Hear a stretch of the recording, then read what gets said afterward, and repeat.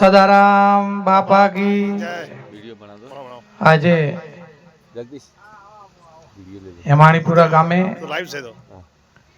અમારા મામા કાનજી મામાના નિર્માણ દિવસે તિથિ નિમિત્તે અહીંયા આપણી વચ્ચે ઉપસ્થિત આ ભજન સત્સંગનો કાર્યક્રમ છે ત્યારે પરમ પૂજ્ય મહાન શ્રી અજમલરામ મહારાજ, સૌ સન્માનીય સંતગણ, અહીંયા સૌ ઉપસ્થિત ભક્તજનો, ધર્મપ્રેમી જનતાઓ, આપ સૌને નમન કરું છું, વંદન કરું છું.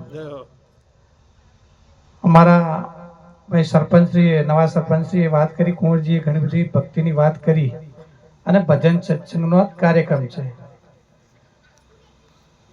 મિત્રો, ભજન કરવાથી આપણને એક મોક્ષ મળતો હોય છે, ભગવાન જોડે જવા માટેનો રસ્તો મળતો હોય છે, પરંતુ એક ગુરુને એક માધ્યમ હોય છે. સાખી છે કે ગુરુ ગોવિંદ દોનો કડે કિસકો લાગુ પાય, બલિહારી ગુરુદેવ કી જેને ગોવિંદ દિયો બતાય. એટલે ભગવાન જોડે જવું હશે તો માધ્યમ આપણે ગુરુનું જોઈશે. ખાસ કરીને કળયુગની અંદર ભક્તિનું મહત્વ છે. જે ઘેર ભક્તિ હશે એ ઘેર શાંતિ હશે, અને શાંતિ હશે એ ઘેર ભગવાનનો વાસ હશે. બધા જાણીએ છીએ. ત્યારે અહીંયા ઘણો બધો સત્સંગ ભજનનો કાર્યક્રમ થવાનો છે. ઘણા બધા ભજનો બોલવાના છે. એમાંથી આપણને કંઈ સારું લાગે એ આપણા જીવનની અંદર ઉતારવાનું છે. તમે જુઓ છો કે ઘણા બધા સાધુ સંતોએ આ સમાજ સુધારવા માટેનું, સદારામ બાપા હોય, અજમલરામ મહારાજ હોય, બધા બેઠા, આ સંતો મહંતો આચાર્યોએ આ સમાજ સુધારવા માટેનું કામ કર્યું છે. આ સમાજની અંદર વ્યસન મુક્ત સમાજ બને, શિક્ષણ યુક્ત સમાજ બને એ માટેની એમણે ચિંતા કરી છે. અને બધા આપણે જાણીએ છીએ મિત્રો, આ 21મી સદી એક કોમ્પ્યુટર યુગની સદી. તમે બધા જાણ, ઘણા બધા યુવાનો બેઠા છે. 21મી સદી એક કોમ્પ્યુટર યુગની સદી છે. આ સદી આજે તમે જાણો છો કે દુનિયા કેવો આગળ જઈ રહી છે અને આપણે કઈ જગ્યાએ બેઠા છીએ.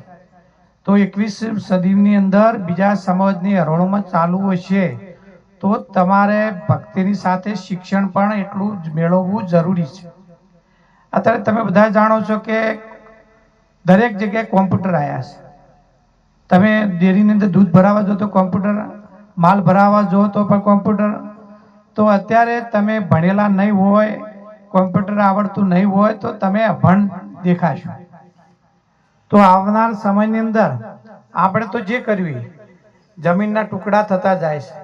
આપણા વડવાઓ પાસે 20-25 વીઘા જમીન હતી, ત્રીજી પેઢીએ તમે વીઘો, 1.5 વીઘો, 2 વીઘો જ આપવાના છો. તે વિશેષ જમીન વધવાની નથી.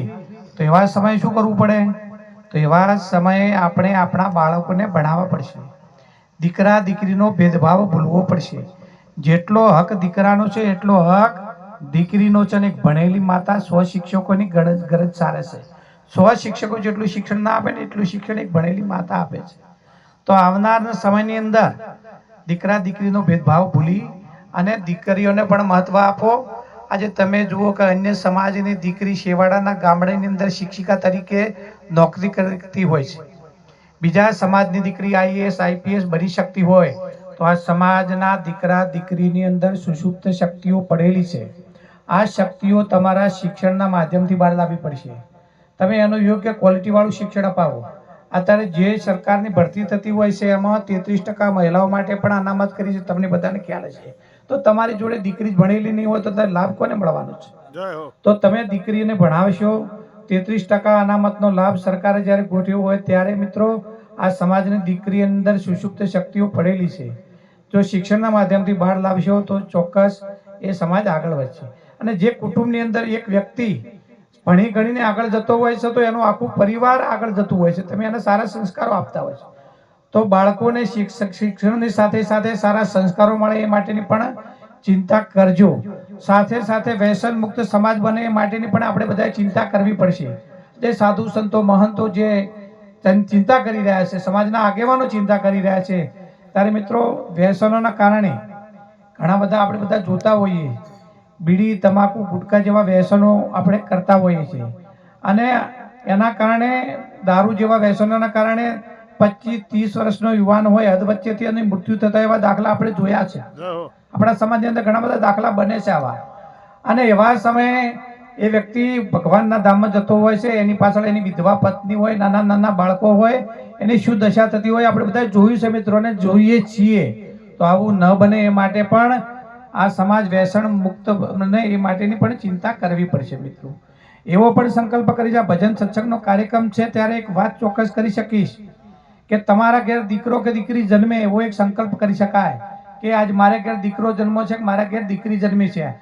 ઘરની અંદર કુટુંબની અંદર કોઈ નાનું મોટું વ્યસન હોય, બીડી તમાકુ ગુટખા જેવું વ્યસન હોય, તો એ દિવસે એવું સંકલ્પ કરી શકાય કે મારે આજે દીકરો જન્મો છે, આજથી હું બીડી છોડું છું, આજથી હું તમાકુ છોડું છું, આજથી હું ગુટખા છોડું છું.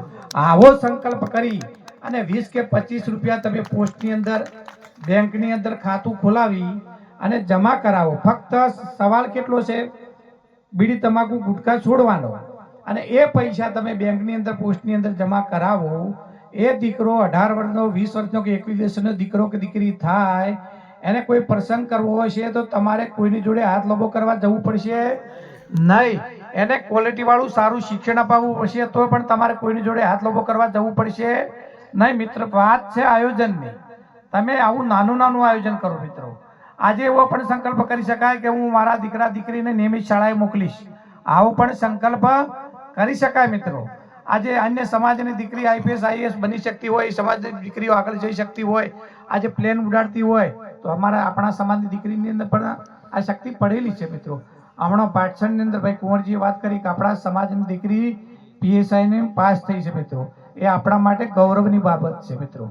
ઘણા બધા આપણા સમાજના દીકરા દીકરીઓ પોલીસની અંદર મહેનત મજૂરી કરી અને નોકરીએ લાગતા હોય છે. ઘણી બધી ફેકલ્ટીઓ એવી છે, એટલે પોલીસ ખાતામાં નહીં, ઘણા બધા મિત્રો, વડીલો, યુવાન મિત્રો બેઠા છે, વિનંતી કરું છું, ઘણી બધી જગ્યાઓ એવી છે કે જો પોલીસ સિવાય પણ બીજી જગ્યાએ પણ ભરતી કરી શકાય. એના માટે મહેનત કરવી પડે. ખંતથી, દિલથી મહેનત કરો તો 100% સફળતા મળતી હોય છે મિત્રો. તમે એક સંકલ્પ કરો. સંકલ્પમાં એક તાકાત છે મિત્રો. ગાંધીજીએ સંકલ્પ કર્યો હતો કે કાગડા કૂતરાના મોતે મરીશ, આઝાદી લીધા વિના પાછો આવીશ નહીં. અને એ સંકલ્પની અંદર આ ભારત દેશની અંદર આઝાદી મળી હતી મિત્રો. આજે આઝાદી મળી ત્યારે બધા સમાજની અંદર શિક્ષણનું પ્રમાણ સરખું હતું. કોઈ સમાજ શિક્ષણ આગળ નહોતો, પટેલ હોય, બ્રાહ્મણ હોય, વાણિયા હોય, બધા સમાજની અંદર શિક્ષણનું પ્રમાણ સરખું હતું. પરંતુ બીજા સમાજે શિક્ષણ ઉપર ભાર મૂક્યો. બક્ષીબંધ સમાજ હોય, ઠાકોર સમાજે શિક્ષણ ઉપર ભાર ન મૂક્યો. એના કારણે આ સમાજની અંદર ગરીબી હોય, બેકારી હોય, અંધશ્રદ્ધા હોય, ખોટા કુરિવાજો ઘર કરી ગયા છે. તો આવનાર સમયની અંદર શિક્ષણ હશે તો ગરીબી દૂર થશે, શિક્ષણ હશે તો બેકારી દૂર થશે, શિક્ષણ હશે તો અંધશ્રદ્ધા દૂર થશે, અને શિક્ષણ હશે તો કુરિવાજો પણ દૂર થશે. તો મિત્રો, તો વિશેષ વાત ના કરતો આપણે બધા આજથી અહીંયા કંઈ નાના મોટા સંકલ્પો કરીએ. જીવનની અંદર સંકલ્પ કરી અને 100% તમારા જીવનને સાર્થક કરવા માટે ભક્તિની સાથે સાથે આપણું ભવિષ્ય, આપણું બાળક છે, એ બાળક ઉપર પણ ધ્યાન કેન્દ્રિત કરીએ મિત્રો. ઘેર પશુપાલનનો વ્યવસાય કરીએ, ભેંસો અને ગાયો રાખીએ છીએ. સવારે વહેલા ઉઠી અને પાણીને, ઘાસ ચારો ને ખાણદાણ આપતા હોઈએ છીએ. પશુ પાછળ જેટલું તમે ધ્યાન રાખો છો એટલું તમારા બાળકો પાછળ એમાં 5%, 10% રાખતા હોય ને તો પણ તમારું બાળક આગળ જાય. પણ ઘણા બધા વાલીઓ, વડીલો બાળક પ્રત્યે ધ્યાન આપતા નથી. 11 થી 6 કલાક જ શાળામાં રહે, બાકીનો સમય આપણી જોડે આપણું બાળક રહેતું હોય છે. તો તમે બાળકો પ્રત્યે ધ્યાન આપતા નથી. પરંતુ હવે વિનંતી કરું છું, આજે જે ગતિથી સમાજ આગળ વધી રહ્યો છે, દુનિયા જે ગતિથી આગળ વધી રહી છે, એની હરોળમાં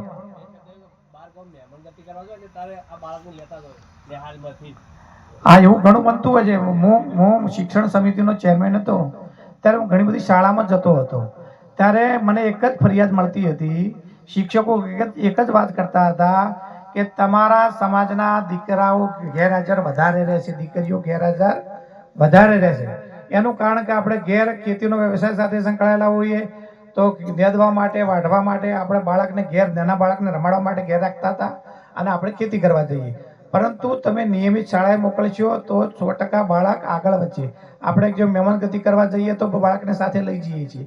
આવું ન થાય એ માટેની પણ ચિંતા કરીએ. વિશેષ વાત ના કરતા અહીંયા મને બોલવાની તક આપી એ બદલ સમગ્ર આયોજકોનો આભાર માનું છું. અસ્તુ ભારત માતા કી જય. જય જય ગરવી ગુજરાત.